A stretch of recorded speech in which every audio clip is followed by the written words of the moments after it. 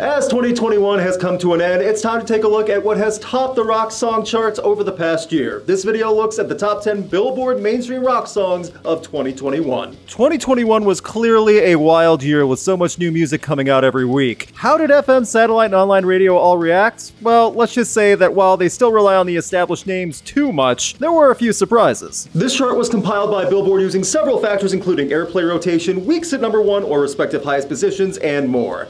Time to take a look at what has been blessing or plaguing the rock stations for the past year. Foo Fighters Making a Fire. Starting off the top 10 of 2021 is a band who has made Billboard charts their home over the decades. It's Foo Fighters and they need no introduction, and Medicine at Midnight's album opener was also the album's 4th single. Foo Fighters are a safe choice for radio for many reasons, and if I'm being honest, Making a Fire is a fine enough song. The track also feels like an energetic song meant to just be fun and lively, and considering it was written and produced in the lockdown, yeah, coming out with everyone singing along in a chorus isn't a terrible idea. Not my favorite song from Foo Fighters or from the band's latest album, but considering what has plagued radio rock for years, a song from Foo Fighters making the list works just fine for me. It shot up to number 1, and it wasn't the only Foo Fighters song to get there in 2021. It's not the greatest, but in some ways, it's a breath of fresh air for a very status quo, chugga-chugga mainstream rock scene. I am a bit surprised that this was one of the tracks to make it so high on the charts for so long, but when you look at many other tracks on the total for 2021's year-end list, I'm more than okay with Foo Fighters taking another slot in the top 10 to cap off what did well at the end of the year. Dave Grohl just can't stop going to number 1. Number 9, The Pretty Reckless featuring Tom Morello and So It Went. One of several songs off of 2021's Death by Rock and Roll that went to number 1, and I'm being honest when I say good for Taylor Momsen and company. For a band that doesn't feel like they've ever chased trends and just want to make their own true-to-form rock and roll, The Pretty Reckless is still excelling with it over the years, even after a massive delay. And So It Went also benefits from featuring a killer performance from Rage legend Tom Morello, who dominates in the later half of the track. Taylor's voice is a nice change of pace for mainstream as well. Her raw talent and vocal ability really shine in the electronically enhanced world of current rock. And So It Went was one of the many collaborations of the past year as well, and if the trend continues, we'll see more of these. The Pretty Reckless love the performance side of music, and I feel in 2022, if things go to plan, the group will be able to finally show off their latest album as well as the song live. I know many bands live for the live experience, but the Pretty Reckless shine on stage and clubs and venues, and So It Went, the song with a huge solo, no matter who it's played by, should get people excited. I'll take the Pretty Reckless writing different styles of songs and not chasing trends any day. Number 8, Seether, Bruised and Bloodied. One of Billboard's darlings and another song from Sivas Pacem to make a year-end chart, this time in the top 10. Seether gets that FM rock radio play as sure as the sun rises every morning. Doesn't even matter what the song is. Bruised and Bloodied is 100% another Seether song that sounds like the same Seether track for the past 20 years on a similar sounding Seether album made for Seether fans who want the exact same thing over and over. They got it, and so did everyone else stuck on the highway listening to this song and wondering if it was a new track or something from 2004. I truly don't dislike Seether. I've seen them live several times and have some of the older albums, but after 20 years of consistent airplay and Seether not really trying to change things up, it does prove that Billboard loves their formats. Seether loves their radio rock format a lot. It's clear that FM and even satellite radio will continue to blast any new Seether song because it's safe and reliable, so why would Seether change up what's helping them get attention? Again, I do not hate Seether at all, but I do wish they would try to change things up a touch, especially with an additional guitarist in the group now. I figured a Lowry in the bunch, the music would be amped up a notch, but no, turns out Seether sounds the same, no matter who's added in the mix.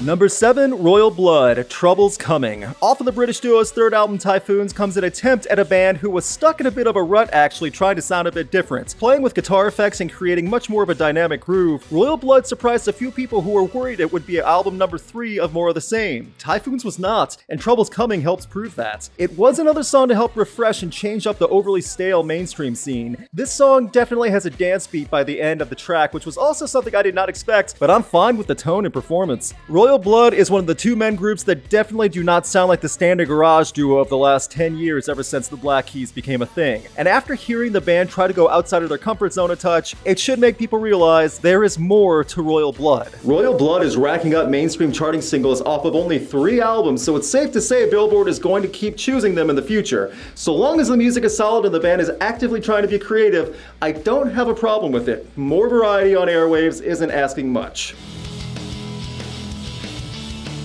Number 6, Foo Fighters, Shame Shame. The first single off of Medicine at Midnight, and what I truly feel was the song that turned people away from giving Foo Fighters' 2021 album a chance. Shame Shame still shot up to the top as it was Foo Fighters releasing new music after several years. It's going to get them attention from the FM and satellite markets regardless of what the song is. Shame Shame also charted on 4 other Billboard year-end charts for 2021. It wasn't just FM rock DJs in the Midwest hammering this one. It marked the return of Foo Fighters, a performance on SNL, touring would eventually happen later in the summer, and I still have yet to hear the praise for Shame Shame as a song. It's not the worst track on the year-end list by a long shot, but I do feel this is the weakest song on Medicine at Midnight, and possibly the worst single Foo Fighters ever put out. It's slow, plodding, and makes you drift off after a few seconds. As someone who has been a Foo Fighters fan since I was a little kid, Shame Shame does not do justice to what Foo Fighters have done and are still capable of in 2021. There is much better stuff on Medicine at Midnight. Even the song previously mentioned on this list is better than Shame Shame. Number 5, Pop Evil's Breathe Again. Pop Evil have become one of the new radio darlings for both FM and satellite radio. It was kind of inevitable after so many singles being bolstered around big chorus hooks and one line being sang loudly. I Can Finally Breathe Again fits that description perfectly. Coming off the band's 6th album Versatile, I do think that Breathe Again works better as a radio single and shows a bit more edge than some of the previous chart-dominating songs that Pop Evil have produced, such as Waking Lions and Be Legendary. It still does feel that Pop Evil are going for that touchdown and slam dunk highlight footage soundtrack on ESPN. It works perfectly for it also. The music you hear during a game when they show a big catch or a good hockey goal highlight reel. Pop Evil are making music perfectly tailored for that. I do feel that Pop Evil suffer a bit from that push from FM and satellite radio, however, because their singles are pushed so much that everyone eventually gets tired of it or the song becomes white noise. That's still successful though, so I can't knock Pop Evil too much for that. The music is played so much I can't pay attention to it though, and that still counts as radio play, so who am I to argue? As someone who is indifferent to Pop Evil, the songs that Pop Evil make are harmless pump-up music, but it does get abused by commercial media. Hey, as long as they're getting paid.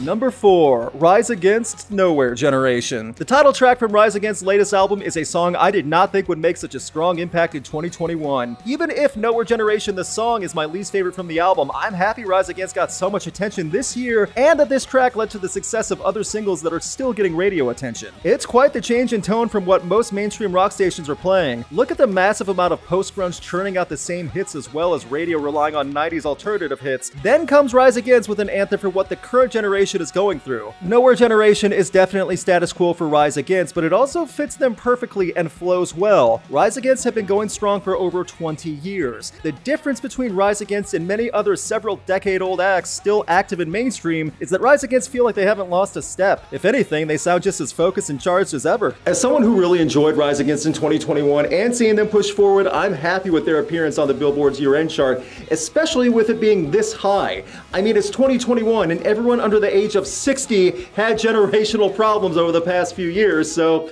yeah, Rise Against works well. That reaches to a lot of people. Number 3, 0936, Adrenaline. One of the biggest shocks for me this past year was not only how much a newer name could get so much attention so quick, but also how high that name could stay at the top. Matthew Cullen made a name for himself with 0936 on Sirius XM in a relatively short amount of time, which then led to FM success with the song Adrenaline. Whether it's the original song or the version featuring Ice 9 Kills you prefer, P.S. go listen to Ice 9 Kills, Adrenaline was definitely presented to listeners in the first half of the year on repeat, even if you weren't sure who performed the song. The Pennsylvania native has capitalized on this, and while not even 25, has already worked with other names like Hollywood Undead and toured with Shinedown in the past year. Made, quick, jumps in status, in collaborations and charting success in honestly under a year. It was played non-stop on SiriusXM Octane to the point where you knew it was going to come after 3 or 4 songs. That's how you know a song really hit it big, when it's unintentionally a background part of your life. Cullen0936 was on the grind for a few years in Philly before bursting into the scene through rap rock crossover work. I cannot ignore how impressive it is to get mainstream rock attention and have that much success right out of the gates. Youngest name on the list by far, too. Number 2, Mammoth Wolfgang Van Halen, Don't Back Down. After losing a father, mentor, and hero, Mammoth Wolfgang Van Halen put into motion his solo career with a tribute to Eddie. After announcing the self-titled debut for Mammoth WVH, Wolfgang's second single became the second #1 charting song on Billboard Mainstream Rock and ended up at number 2 for the entire year. The name Mammoth has had high expectations to fill, including the son of one of the greatest guitarists of all time, and Wolfgang is no slouch. He is a guitarist first, and a song like Don't Back Down helps illustrate that point. Wolfgang already had good experience under his name as being bassist for Van Halen and Tremonti, so him performing is nothing new. Now that he's the head of his own project, racking up #1s, it's safe to say Mammoth Wolfgang Van Halen is going to be around for a while. Without being able to see what's in the future, I do believe that Mainstream will continue to support Mammoth as a name to push to the top for years to come. The son living up to the father's name is too good of a legacy to ignore. And that's not saying Wolfgang's music cannot stand out on its own. It totally can. Wolfgang lives to play, and whether Mammoth is opening for Guns N' Roses or going on their own tour, I think the man and his band, and especially his guitar playing, are going to prove they aren't just riding off of name value. Here's hoping the success can continue with the hard work.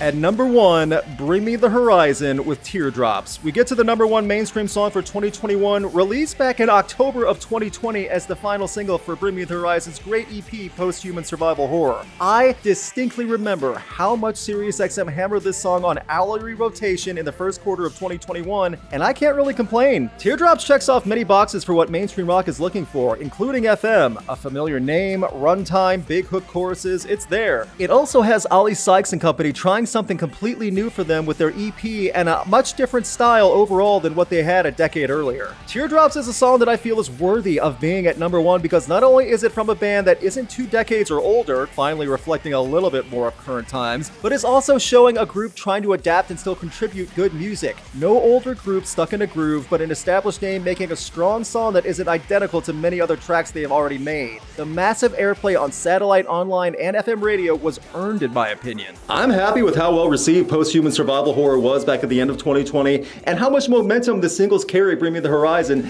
thanks in huge part to Teardrops. I know many people who had Teardrops as their favorite song from that EP, and look at it being at #1 song for Billboard's year-end list, I cannot argue anything about the ranking and for how long it was at the top. When I compare the top 10 of 2020 to the top 10 of 2021 for the Billboard Mainstream Rock year-end chart, I am definitely happier with this year's outcome over last year's, even if I still don't love the list. There are still issues with legacy and established acts getting most of the attention, but there's definite improvement in quality and variety and sound overall. I feel mainstream rock was not as plagued in 2021 as much as 2020. Part of that due to the flood of new music that came from so many other bands in 2021 because they were all in quarantine and writing, but also just in overall quality, it was higher.